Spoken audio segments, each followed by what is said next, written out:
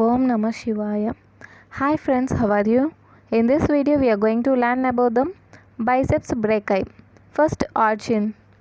The biceps brachii muscle arises from the scapula by two heads, long and short heads. Long head arises from supraglenoid tubercle within the capsule of the shoulder joint. Its tendon runs above the head of humerus and emerges from the joint through the intertubercular sulcus. Next, short head arises along with coracobrachialis from the tip of the coracoid process. The two heads join together in the distal third of the arm to form a belly that ends in a tendon which gives off the bicipital aponeurosis from its medial aspect opposite the bend of elbow. See once again, origin of long and short heads of the biceps brachii. Biceps brachii origin. The biceps brachii muscle arises from the scapula by two heads, long and short heads. First, long head arises from supraglenoid tubercle within the capsule of shoulder joint. Its tendon runs above the head of the humerus and emerges from the joint through intertubercular sulcus.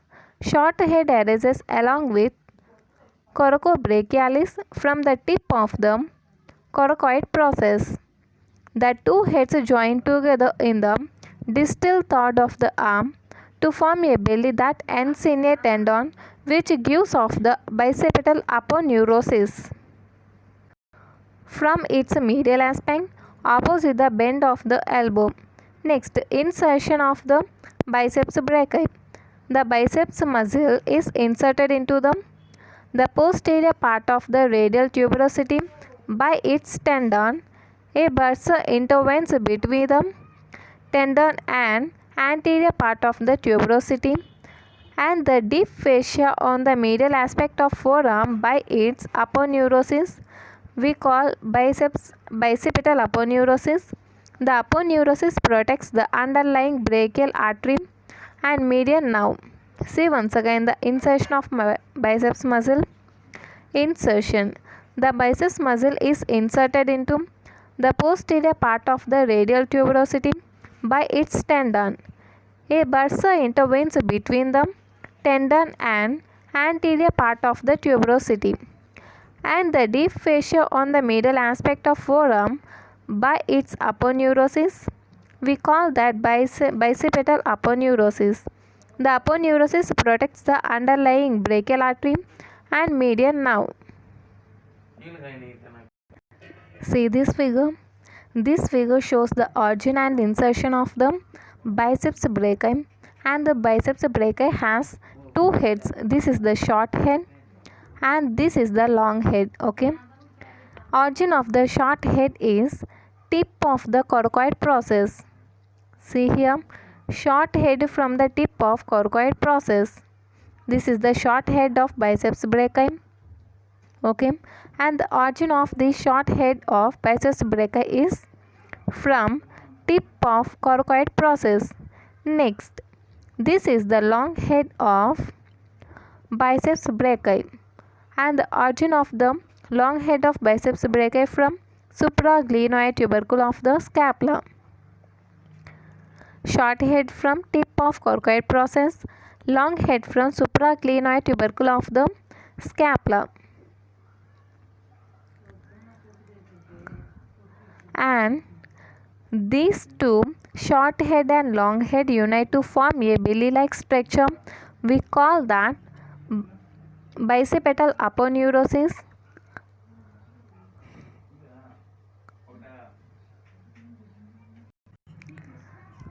These two heads of the biceps brachii unite and join together at the distal third of the arm. Okay, distal third of the arm.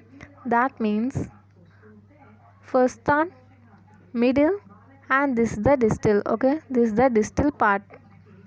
And these both heads of the biceps brachii unite and together at the distal third of the arm and form the belly-like structure, and this ends by a tendon we call tendon of biceps. Okay, and also it gives off the bicipital aponeurosis, and also this belly-like structure also gives off the bicipital aponeurosis.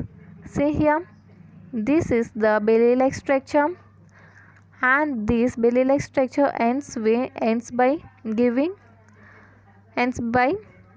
tendon-like structure, and also this gives off the bicipital aponeurosis.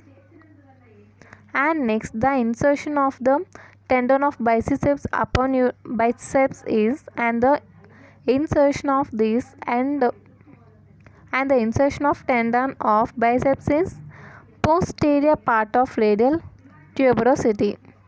Okay, see here, this is the tendon of biceps brachii, and the insertion of this biceps is posterior part of radial tuberosity. This is above the origin and insertion of the biceps brachii.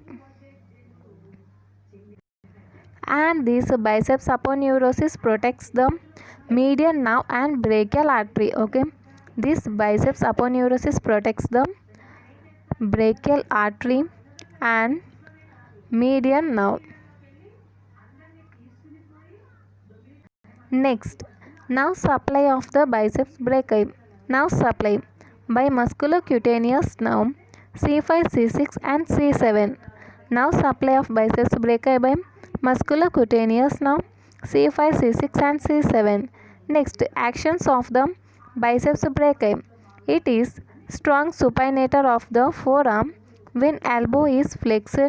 This action is used in screwing movements such as tightening the screw with a screwdriver. It is a powerful flexor of the forearm when elbow is extended. It is also a weak flexor of the shoulder joint. Once again, see the actions of biceps brachii. It is a strong supinator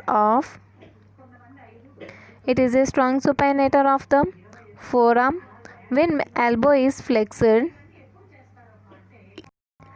This action is used in screwing movements such as tightening the screw with a screwdriver. It is a powerful flexor of the forearm when elbow is extended. It is also a weak flexor of the shoulder joint. Next, clinical testing of the biceps brachii. Clinical testing of biceps brachii.